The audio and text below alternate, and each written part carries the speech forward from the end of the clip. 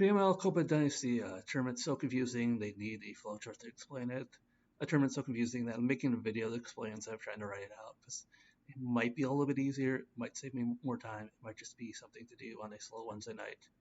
There's 10 teams in the tournament. We know all 10 already. We know that Forcero's in for Quattro, because Quattro's out with COVID. We presumably no one else is going to get COVID between now and Friday, but who knows? 2021 is great. We know that the first round matches, which will be 5 of them, will be set by a battle royal. There'll be one person from each team in the battle royal. It'll probably be the second person I've listed because it's always the least experienced person, the person more willing to take a bump. We also know that it will probably be a 2-minute match where everyone's sitting around for 2 minutes, and then in the last 3 minutes, they all point at each other and take turns going out.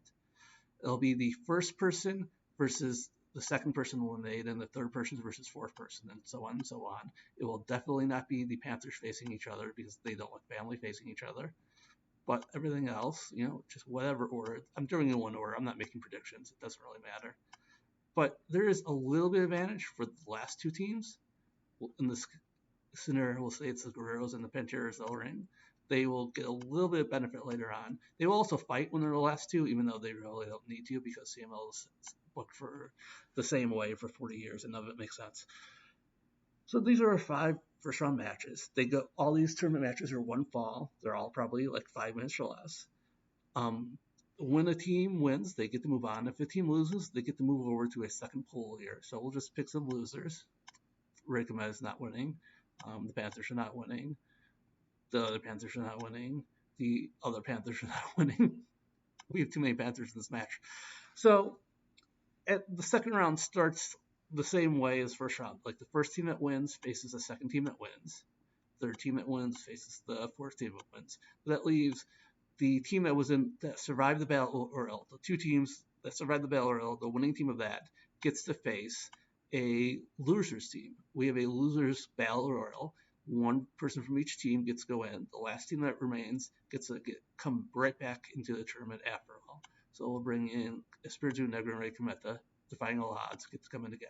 In theory, this could mean that we could do, instead of them, it could be that the team that the girls beat just came right back in the tournament.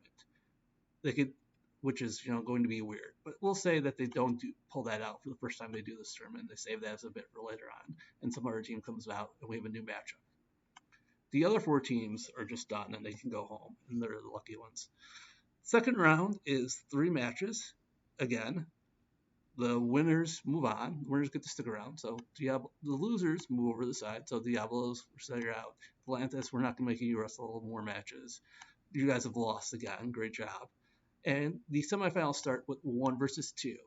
And again, the Guerreros have no one to face. So they face the winner of these 3 teams. One person from each team represents them. Instead of a battle royal, it seems like they're going to do a 3-way match. I'm not sure if it's elimination or single fall. Who cares? It doesn't matter. But one team comes back into this tournament after being thrown out. Again, it could be the same team that was just thrown out before, coming back again and facing the Guerreros.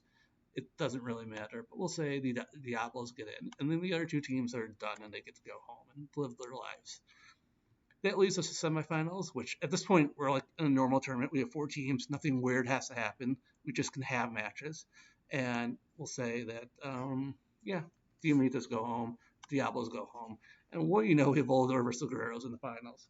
And it's just, again, another one-fall final. And the winning team gets a trophy. And no one remembers this tournament a week from now. So, good times.